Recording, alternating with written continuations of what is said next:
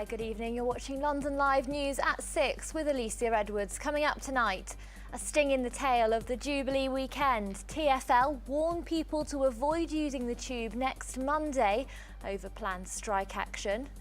Remembering those who will be missing from the Jubilee celebrations. Justice for Grenfell lay a table for the 72 victims of the disaster. We'll hear from the campaign group. We'll have an update on London's weather in the next 10 minutes. Sunshine on the way for the bank holiday, plus, inspired by the American composer Duke Ellington, the New Civilization Orchestra prepares for a special Jubilee performance. And we'll take you over to Wyndham's Theatre, where Life of Pi has extended its run after taking home 5 Olivier Awards last month. That's all on the way before 7 o'clock, but first this evening, with just days to go until the Queen's Platinum Jubilee, there's a warning that strike action could cause disruption across the tube network. TfL says the RMT union is threatening a series of strikes, including a walkout of station staff next Monday, which could cause widespread problems. Other disruptive measures are planned over the bank holiday, which could lead to stations being closed at short notice. Transport bosses say they will do what they can to keep services running, but at this stage they are urging people not to travel unless necessary on the 6th of June. The action comes as part of a dispute over pensions, jobs and conditions. As we head towards the Jubilee, a table has been laid for 72 absent people in memory of the victims of the Grenfell tragedy. It has been organised by Justice for Grenfell at the Wall of Truth in West London. 5 years on from the tragedy, campaigner Yvette Williams says it serves as a reminder of the huge loss. We're coming to a really beautiful time now in terms of the Queen's Platinum Jubilee. And actually the Queen had visited us shortly after the fire and was warmly embraced by the community that, you know, she kind of saw and heard where we were and she wanted to give back. We're a really vibrant community. I mean, we have the carnival here, you know, and there are street celebrations that will be going on this week and over the weekend. However, there's a heaviness to it because we have lost 72 people. And as you can see from the table, you know, the amount of people that is on one community that we lost under the most horrific circumstances. And we just want to know, you know, we remember them and they will not be here to celebrate it with us. There's something about the visual of it that makes the number look, you kind of realise the huge loss that's there. I mean, probably many street parties won't even have 72 people at them. So it's huge, it's taking out a large portion of our community. And it's still devastating to the community 5 years on. They should really be here, especially the children. There's a lot of like seeing all the names really brings it back, and the amount of children that we lost, and they should, like, right now Jubilee parties are happening in schools. They don't get to celebrate that with their friends. They don't get to celebrate the history of, like, the monarchy. The table laid there in North Kensington. Now, as celebrations officially start on Thursday, Boris Johnson has said the capital will light up and celebrate the national unity and pride that connects us all, as visitors from around the globe are expected to flock to the capital to pay tribute to the Queen's 70 years as head of state. The Prime Minister wrote in The Standard that London, as the Queen's birthplace and residence, is a city she has grown to cherish. Now, some starting celebrations early. London's Marble Arch has been lit up with portraits of the Queen in a partnership with the National Portrait Gallery. The 6 images include a 1985 portrait showing her with a corgi, as well as David Bailey's 2014 photo, which celebrated the Queen's 88th birthday just before she became Britain's longest reigning monarch. Now for some other stories this evening, Chelsea Football Club has confirmed that Todd Boehly and the Clearlake Consortium have completed the purchase of the side. A statement released this afternoon said the takeover from Roman Abramovich has now taken place. Under the terms of the agreement, Boehly and Clearlake will share joint control and equal governance of the Stamford Bridge side. Boehly said, "Our vision as owners is clear. We want to make the fans proud." The police watchdog has confirmed it is investigating the strip search of another child by the Metropolitan Police after 2 other cases. Acting Commissioner Sir Stephen House told the London Assembly last week that there was a further case he could not discuss. The Independent Office for Police Conduct confirmed today that following a complaint, it was investigating the strip search of a child. It follows cases of child Q and a teenager given the pseudonym of Olivia, who were both strip searched by officers. Now, more than 1 million journeys have been made on the central section of the Elizabeth line in the first 5 days since it opened. Transport for London also said that more than 2 million trips have been made across the whole line, which stretches from Reading and Heathrow in the west to Shenfield and Abbey Wood in the east. Sadiq Khan has said he is proud to see the roaring success of the central stretch of the line, which boosts rail capacity in central London by 10%. Well, also today, the Mayor is preparing for a speech this evening in which he's calling on the capital's business and political leaders not to let Londoners pay the price for what he calls crude anti-London populism. In the speech, which is taking place at Mansion House, the Mayor will outline the damaging impact of anti-London rhetoric and point out the damage this is doing to transport in the capital and the future of the city, as well as what he says is the impact it has on Londoners facing up to the cost of living crisis. Right, to sport now, and in cricket, as England prepare for the first test against New Zealand at Lord's with a new head coach and newly installed test captain Ben Stokes, England's Johnny Bairstow says they'll all be trying to bring out the best of each other as Brendan McCullum prepares to take charge of his first game coaching the side. Obviously the experiences that Baz has got from playing all the games that he did for New Zealand, and then obviously his coaching experience and what then he can bring to the guys within, and then we know what Stokesy brings as well, his leadership qualities that he's had on the field for a long time, and look, I'm sure we'll all be trying to bring the best out of each other. There's not much time for Brendan McCullum to stamp his authority on this team before the first test, but what's he said so far? What has he brought to the group? Look, I think that there's a lot of positivity around the group.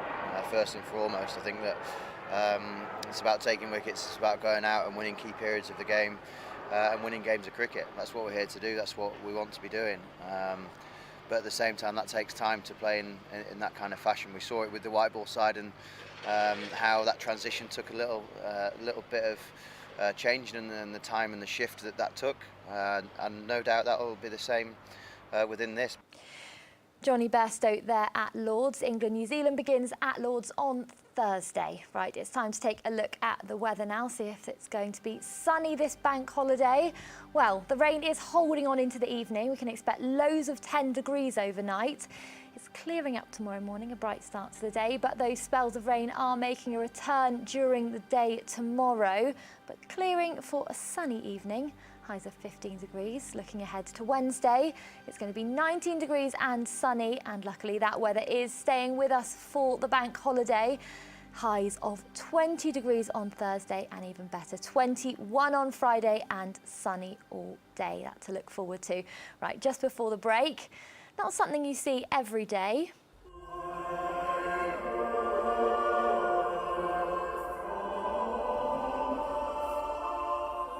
Judges, lawyers and staff from the Old Bailey are using the force for good with a performance of a choral music featured in Star Wars films. The Criminal Courts Choir are set to give a rendition of Kyle Orff's Carmina Burana, marking the 40th anniversary of the German composer's death. The singers are preparing for a concert near the Central Criminal Court on the 15th of June to raise money for a fund helping ex-offenders.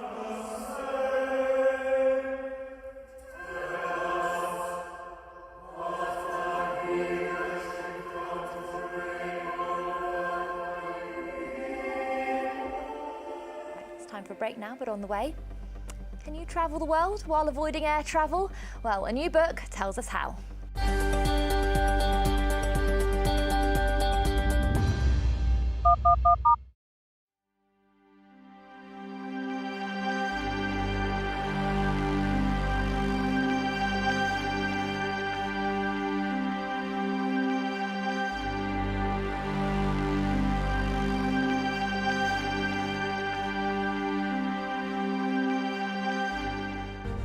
From breaking news to headline events, the latest trends and places to be. You can now keep up to date on daily life in London across London Live's social platforms. Start the day with an update on the travel and weather, and know what's on around the city and what's being seen by others. With stories from London Live's team of reporters and your videos of the news moments that matter. Minute by minute. That's London Live News on Twitter, Facebook, Instagram and more. Find us at London Live.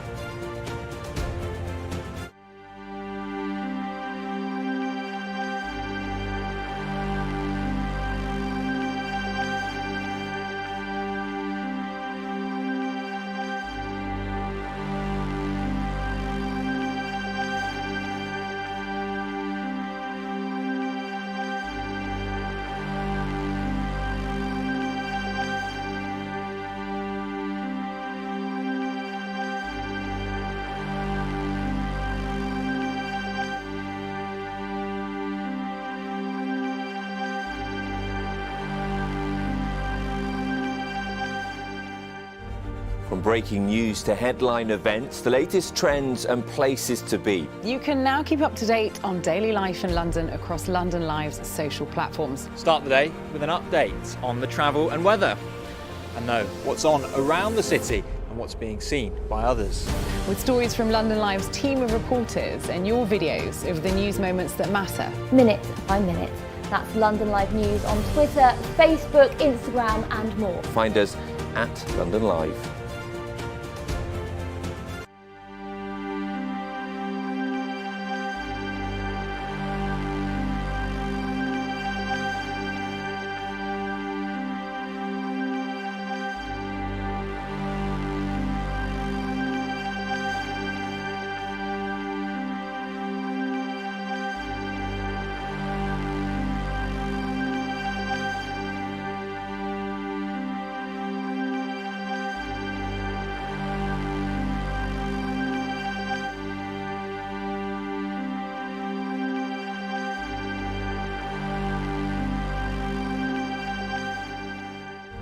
From breaking news to headline events, the latest trends and places to be. You can now keep up to date on daily life in London across London Live's social platforms. Start the day with an update on the travel and weather, and know what's on around the city and what's being seen by others.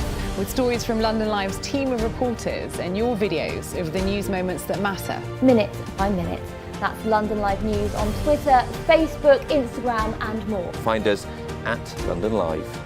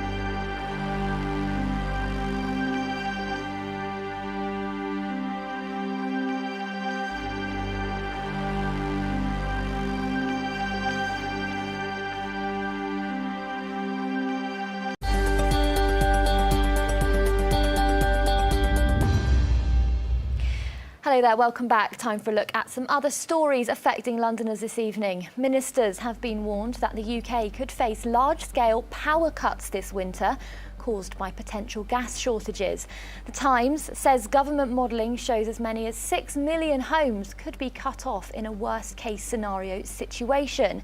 Limits could be imposed on businesses, including gas-fired power stations, leading to electricity being rationed. The government says it is fully prepared and that such a situation is unlikely. There are ongoing issues at airports across the UK as the half-term getaway continues. Hundreds of flights have been cancelled since the weekend, some at short notice because of staffing-related problems connected to the pandemic.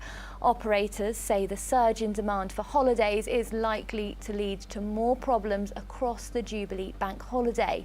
EasyJet has already announced that it will axe a further 200 flights over the next week.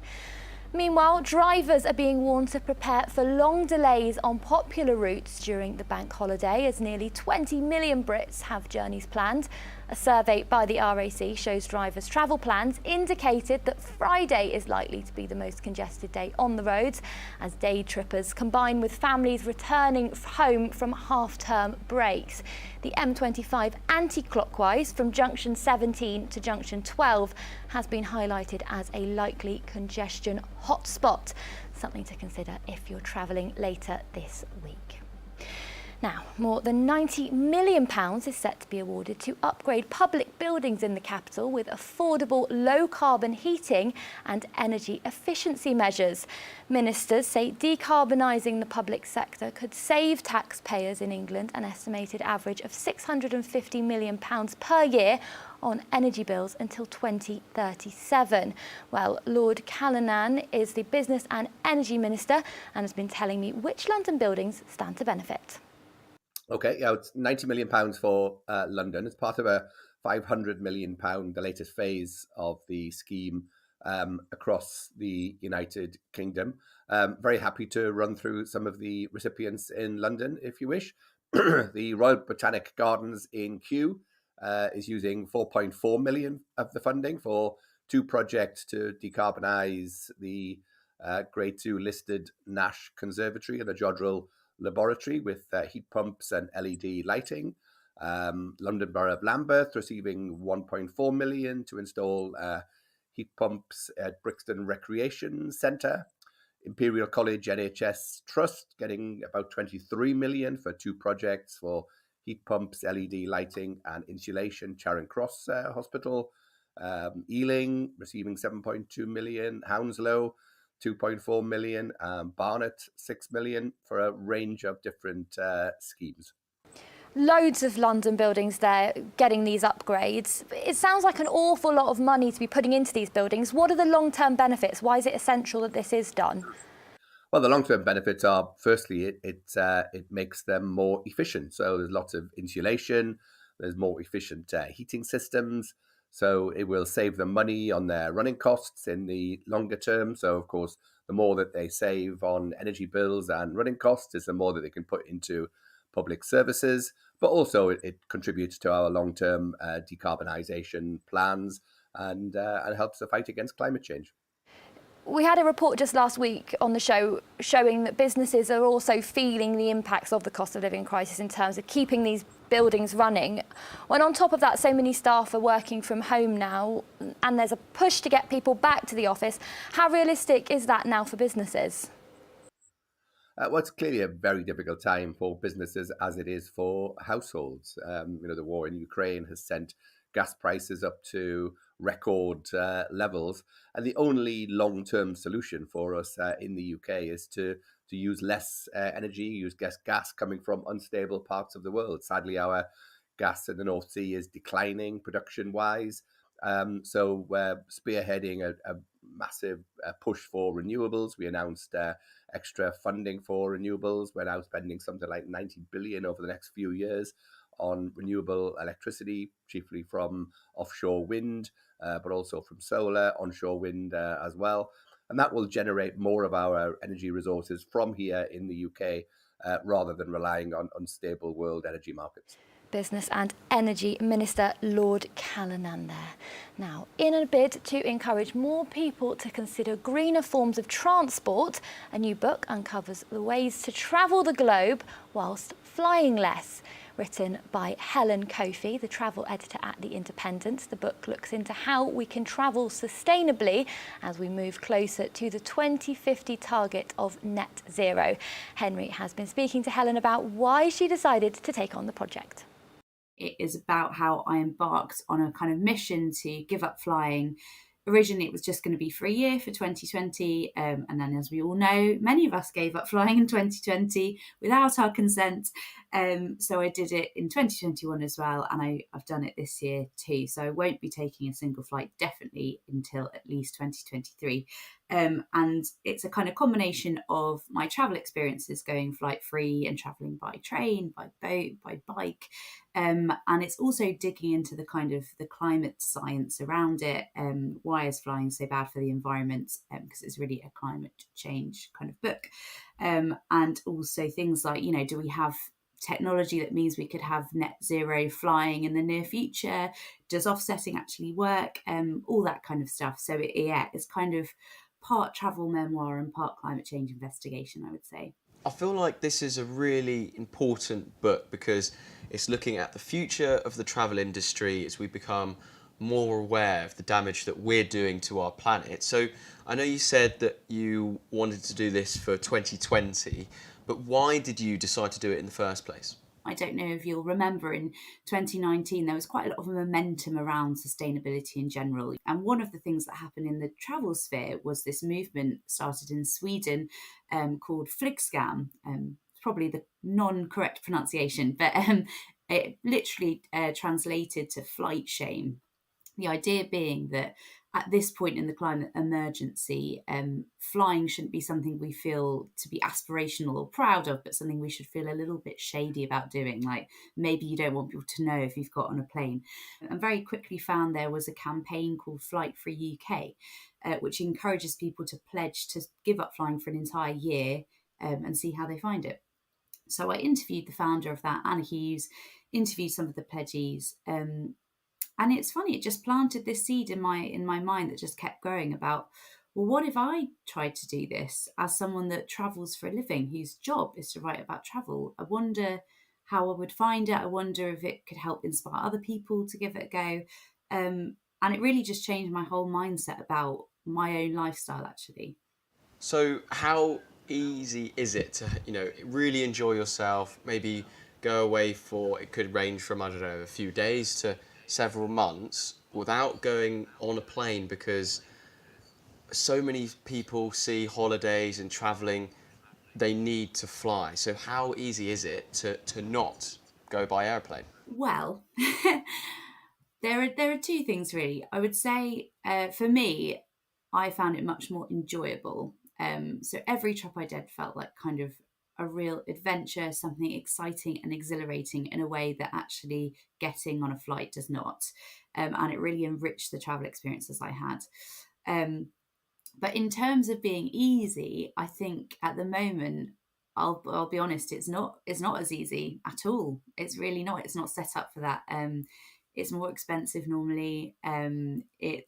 It's a lot more difficult to book. You don't have the same consumer protections you would get on a flight. If you're buying a through ticket on a flight, you're very, very well protected if something goes wrong and the flight gets cancelled.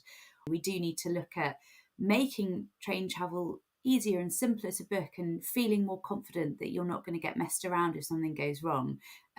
Because it is really rewarding and enjoyable. And I think lots more people would do it if it was cheaper, because flying is just ridiculously cheap, and it shouldn't be that cheap because it doesn't reflect the impact it has on the environment. And yeah, if it was easier to book, easier to do, I think more people would try it, and I think more people should try it because they would love it. Was there anything that you discovered, found out, or did that you otherwise wouldn't have done because you would usually travel by plane? That is a great question. And there's a lot of things I think actually that I did that I wouldn't otherwise have if I'd flown. One of them was, it sounds quite simple, but one of my trips was an interrailing trip. I did it for the first time to Rijeka in Croatia, which is Croatia's third city, but most people have not heard of it in the UK. But they were the capital of culture in 2020. I thought it'd be great to go and support them in that year when they've got lots of stuff going on. And one of the things that really struck me is, so I did that and then I went straight there, and on the return journey I thought, well, it'd be shame to pass through Munich, which I've never visited before, and not spend, kind of a night and a day there exploring. And I had a really lovely time. And it just struck me that travelling that way gives you opportunities to see places that otherwise you wouldn't bother. I think we'll all admit here in the UK, we're not going to pick Germany as our number one. If we're going on holiday, we'll just fly straight to the most, popular place or the hottest place. And that's fine, and I get that. But it adds in this kind of richness that is unexpected, that you're like, well, since I'm going to be here anyway, might as well have a look around. Oh, it's delightful. So I really found that to be one of the best bits about it. Helen there chatting to Henry, and Zero Altitude, How I Learned to Fly Less and Travel More is out now. You're watching London Live News at 6 with Alicia Edwards. A reminder of our top story coming up after the break. Plus, as part of the Jubilee celebrations in the capital, the New Civilization Orchestra is preparing for a performance inspired by the American composer Duke Ellington, who met the Queen in the 50s. We'll have more after the break.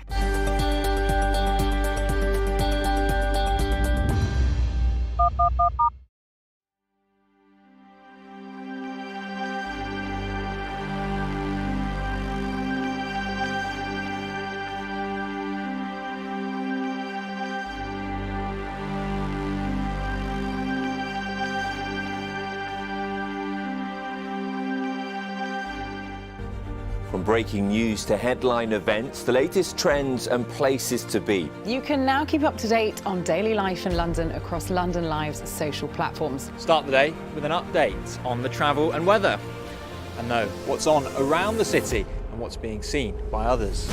With stories from London Live's team of reporters and your videos of the news moments that matter. Minute by minute. That's London Live News on Twitter, Facebook, Instagram and more. Find us at London Live.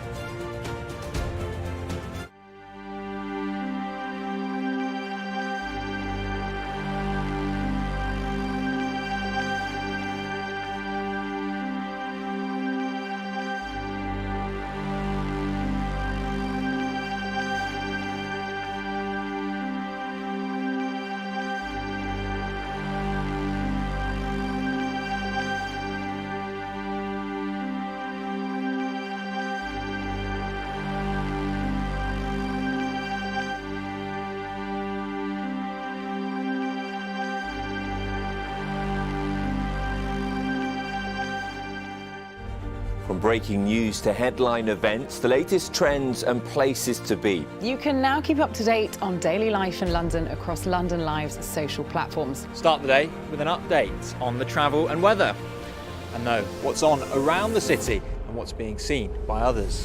With stories from London Live's team of reporters and your videos of the news moments that matter. Minute by minute. That's London Live News on Twitter, Facebook, Instagram and more. Find us at London Live.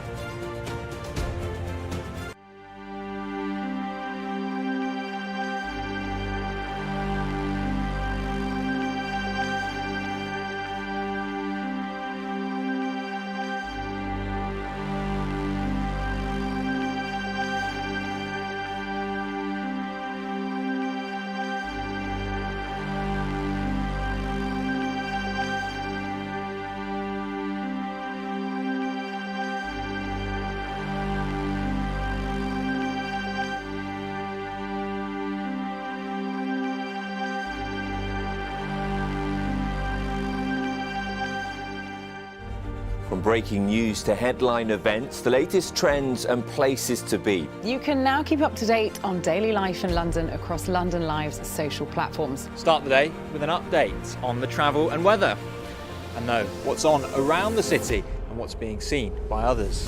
With stories from London Live's team of reporters and your videos of the news moments that matter. Minute by minute. That's London Live News on Twitter, Facebook, Instagram and more. Find us at London Live.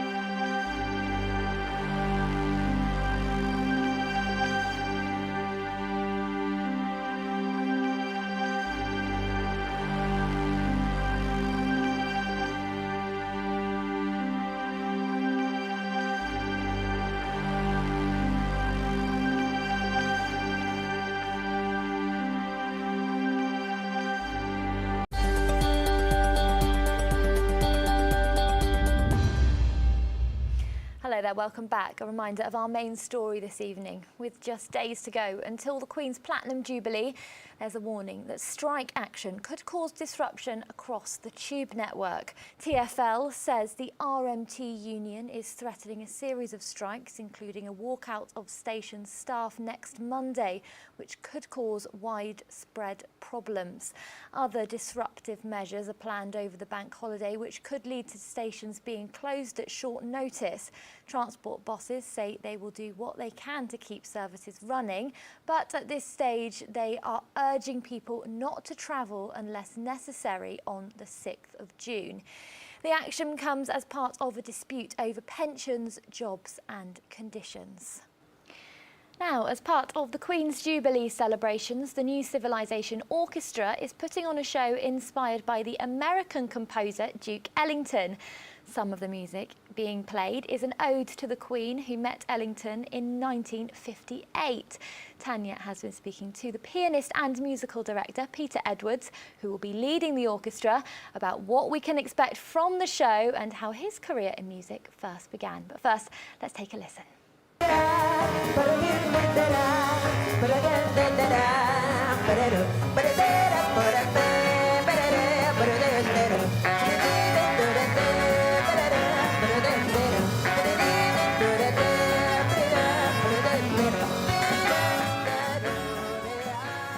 Peter, lovely to see you. It looks like so much fun. Everyone there seems to be really enjoying themselves. This is the orchestra that's going to be leading the Jubilee Bank Holiday performance. Take me back to how it all started. Back in 2008, was it? 2008, 2009.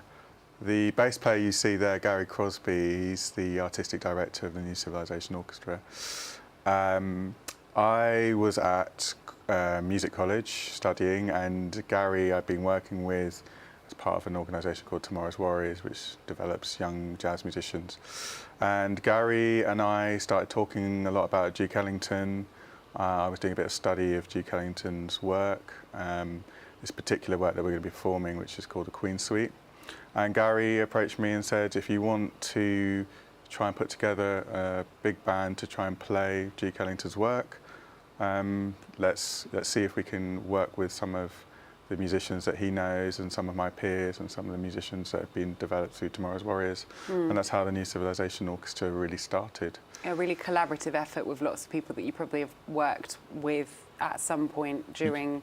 Yeah, and some older musicians who really very experienced, people like Dennis Baptiste, and working with a drummer called Rod Youngs, and Gary himself as well, being part of the And orchestra. then there you sort of hinted, is that mixed in with perhaps newer performers that are... Yeah, some younger performers, people who are around at college that I was working with, and people who I was playing on the bandstand with as part of Tomorrow's Warriors. So it's a big kind of a mix really of different talents. Let's talk about Duke Ellington, whose music you'll be playing. For anyone who perhaps isn't aware of what he did, a composer, a pianist, and a leader of an orchestra, not that far from the career that you've carved out for yourself. I mean, to be honest, Duke is for us he's one of the greatest of all time. 20th century, the amount of thousands and thousands of pieces of music that he wrote is pretty astonishing. But for me, he was someone that I could kind of look up to, and somebody who had so much music that you could kind of go back into and learn and try and take what I could and put it into the music making that I was making, and also learning about band leading from just listening to his recordings, learning about all the relationships that he had with his musicians and how close a tight-knit unit they were.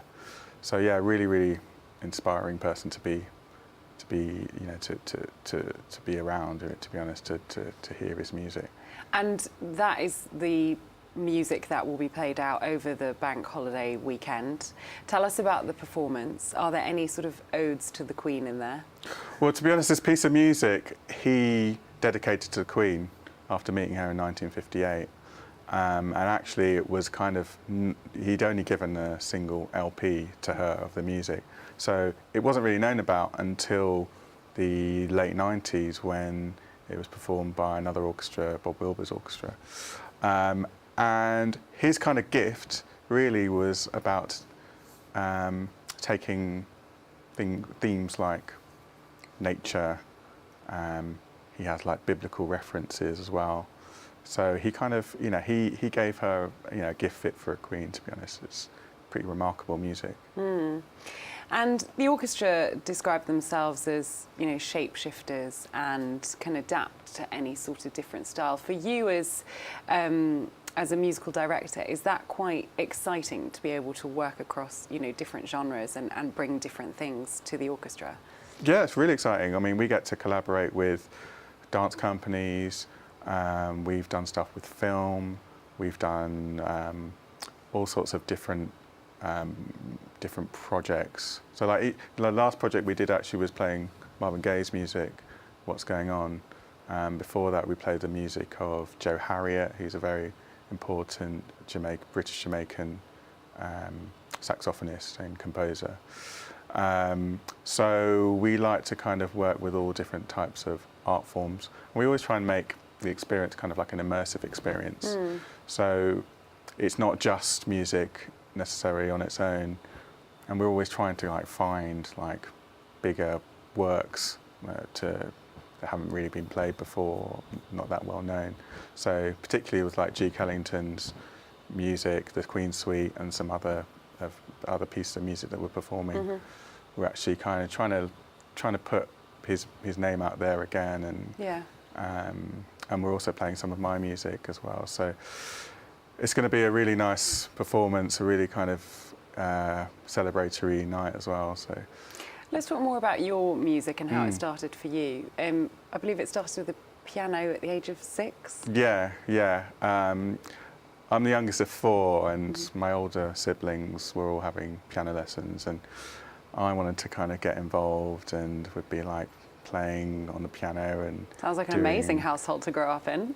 Yeah, I mean, it was a music for us, it was very normal, going to piano lessons, and I played clarinet as well. We all played another instrument, so when we were older we got to play in orchestras and other ensembles and choir, and but it was very kind of normal. My parents were very relaxed about it, wanted us to enjoy it, and we got to do all sorts of exams, and we also got to travel a little bit with it. So it was very sort of rich musical upbringing, to be honest. And then how did it go from there to then now actually being a musical director for a huge orchestra?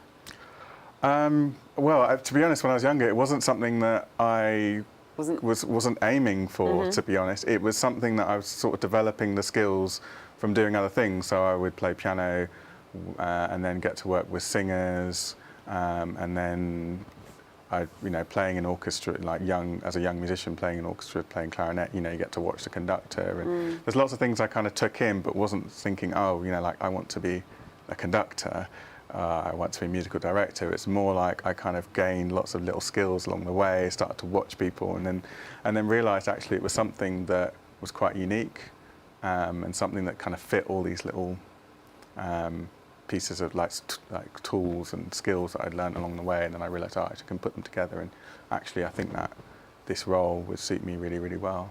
Peter Edwards there in the studio chatting to Tanya, and the New Civilization Orchestra will be playing at the South Bank Centre on the 3rd of June. That's this Friday. Right, it's time for a break, but coming up, after being found singing in Oxford Street, the Overtones celebrate more than a decade of making music with a countrywide tour. We'll hear from them before 7 o'clock.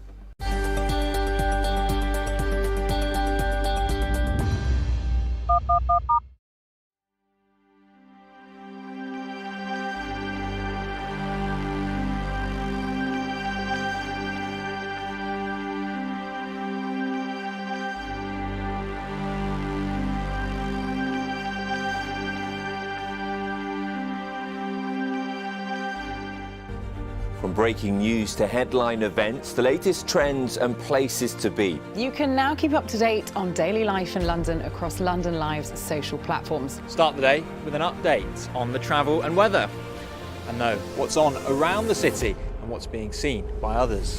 With stories from London Live's team of reporters and your videos of the news moments that matter. Minute by minute. That's London Live News on Twitter, Facebook, Instagram and more. Find us at London Live.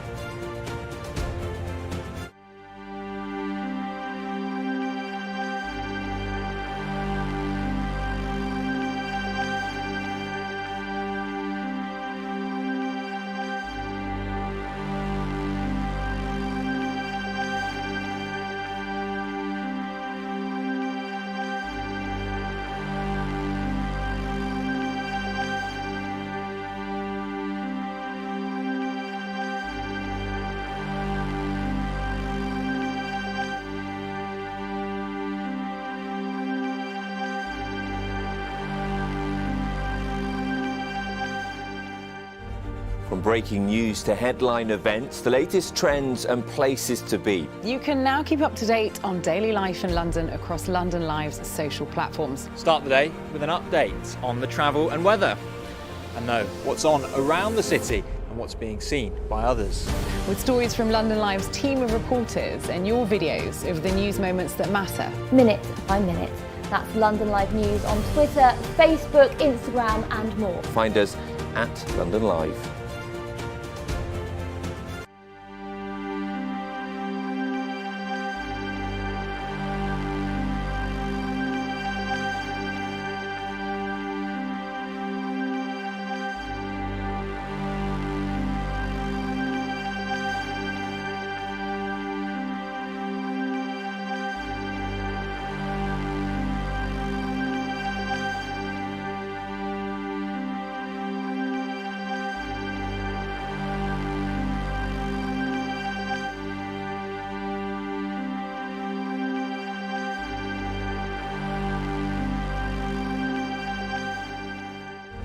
From breaking news to headline events, the latest trends and places to be. You can now keep up to date on daily life in London across London Live's social platforms. Start the day with an update on the travel and weather, and know what's on around the city and what's being seen by others. With stories from London Live's team of reporters and your videos of the news moments that matter. Minute by minute. That's London Live News on Twitter, Facebook, Instagram and more. Find us at London Live.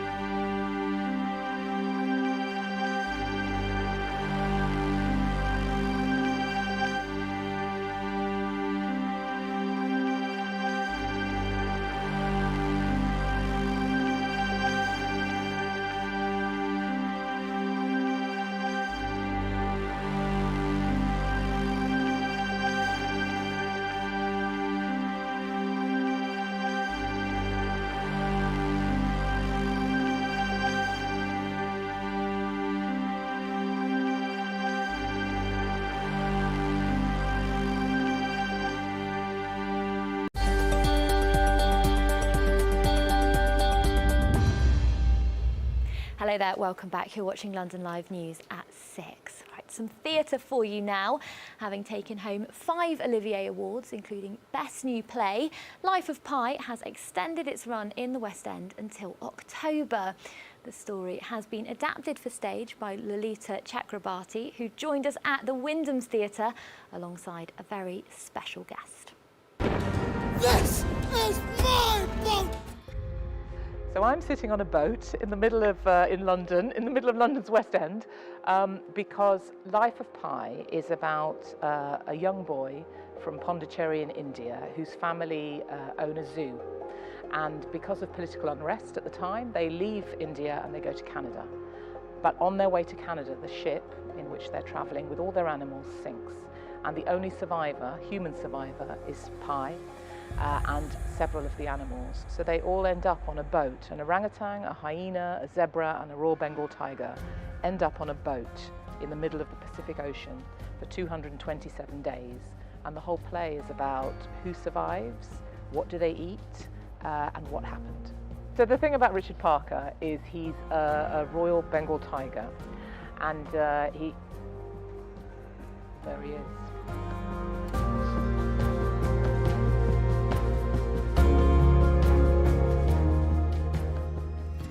I first read Life of Pi, the novel, when it first came out in 2002, and I loved it. I didn't understand it, but I thought this is an amazing book, and it was so immersive. It was an immersive book, and it made you think. Afterwards, I was thinking about it so much, about the questions it raised. So cut to 15 years later, and the producer of our production had the rights to the book and asked if I would adapt it. So I immediately said yes, without having a clue of how I was going to do it. But because I felt such a strong connection with the book from when I read it, which is quite rare, right, to have that kind of a connection with a novel, I leapt at it. So it was a long process, and then, relatively speaking, in terms of writing, it's been quite quick. So it took me about 2 years to write a decent draft, in which we did workshops on various drafts and brought different actors in and different puppeteers. I worked with Max Webster and Finn Caldwell, our director and puppet director and movement director, and we worked out a language and how to tell the story.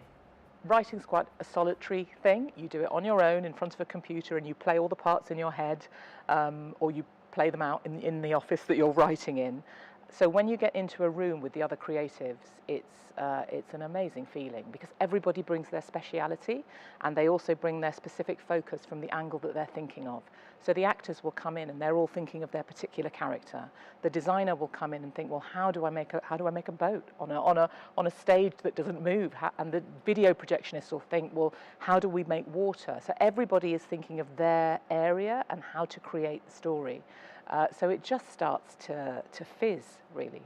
So I trained at RADA as an actor, and I'm still an actor, so I still work as an actor. And what's great about being an actor and a writer is that I work in dialogue all the time. But when I'm acting in other people's work, it's a fantastic privilege to be trusted with a part. But I only look from one point of view, so I look from that character's point of view. I don't have to think about the overall story, the arc, the character tracks, nothing. I just play the role. And it's a fantastic mechanism with which to write, because then I can look from each character's point of view and tell the whole story. So it's a very complementary two sides of me. Well, the Olivier's were extraordinary. It was such an exciting night. I was thrilled from the first moment. If we hadn't won anything, I would have been thrilled, because we'd been nominated and every department had been recognised.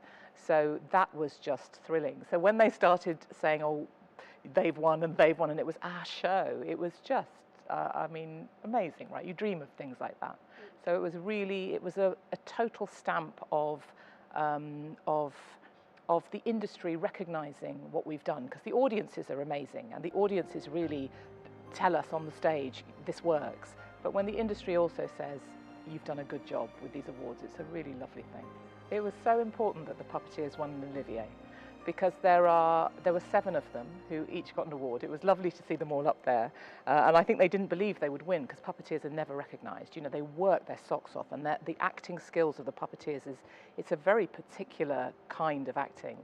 And it's so collaborative and together. So it was amazing when they won, because as I said, there's 7 of them, and at any one time 3 of them are playing Richard Parker. And because it's quite a heavy track, so they play other animals and other parts of the puppetry of the show as well.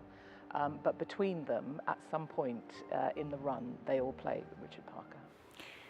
Lolita there on stage at the Wyndham Theatre, and Life of Pi is booking until October. Now, after being found by a record label talent scout while working as decorators in a shop near Oxford Street, singing during their tea break, the Overtones are now marking a decade in the industry with a tour. The vocal harmony group are touring their own music as well as opening for Michael Ball in the coming months. The band are set for gigs in the Capitol, at the Palladium and the O2. Band member Mark Franks told me more from the tour bus.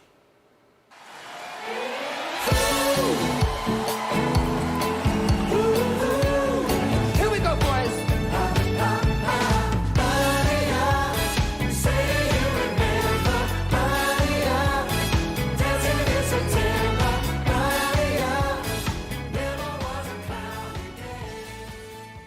I mean, actually, let you into a little secret. It's 12 years now. Obviously, with the lockdown, we were due to celebrate our 10-year anniversary in 2020.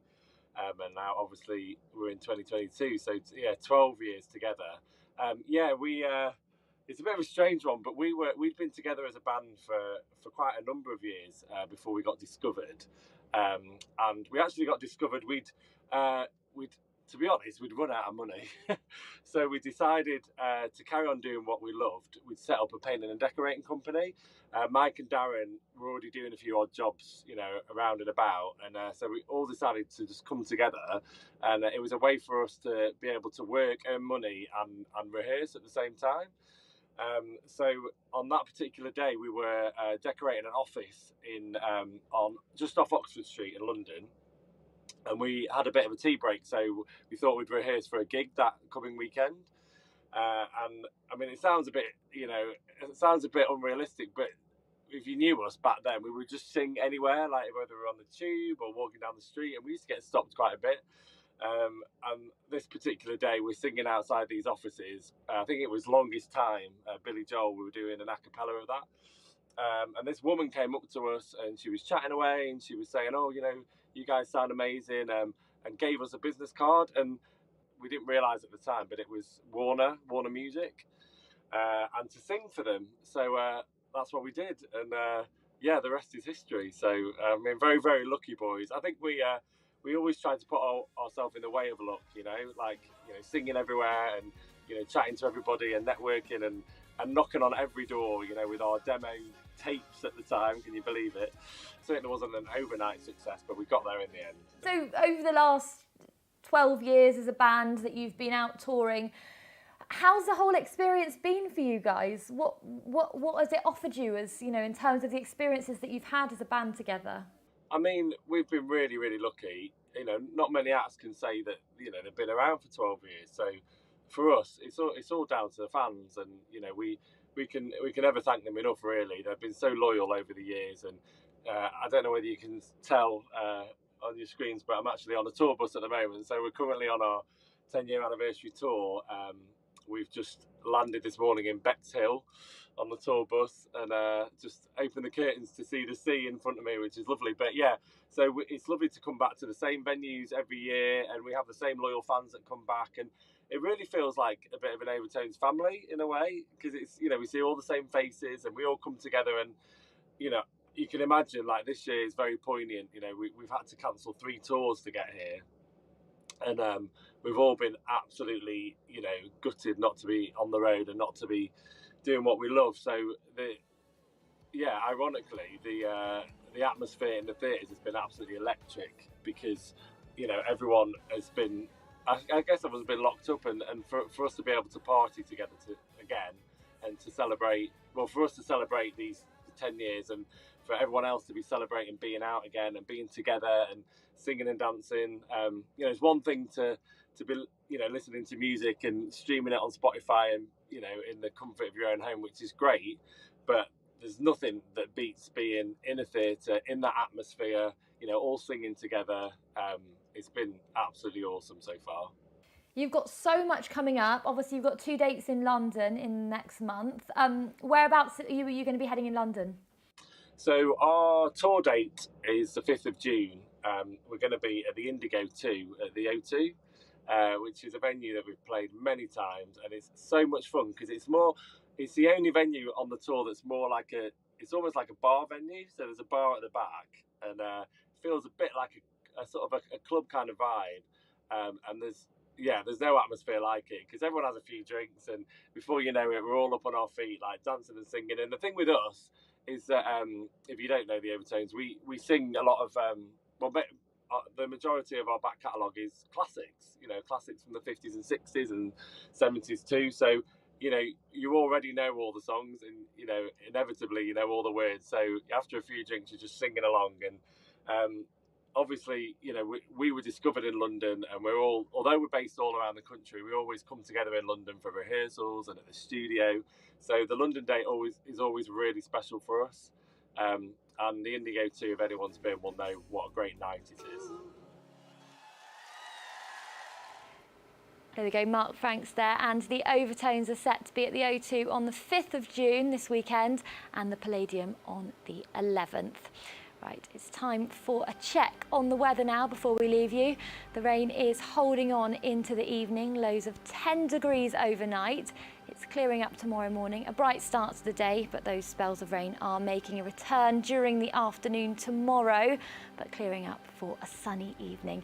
Highs of 15 degrees. Looking ahead to Wednesday, 19 degrees and sunny, and that weather is staying with us for the bank holiday. Highs of 20 degrees on Thursday. And that's all we've got time for this evening. But for more updates during the day, follow us at London Live on social media. From all of us here, have a lovely evening.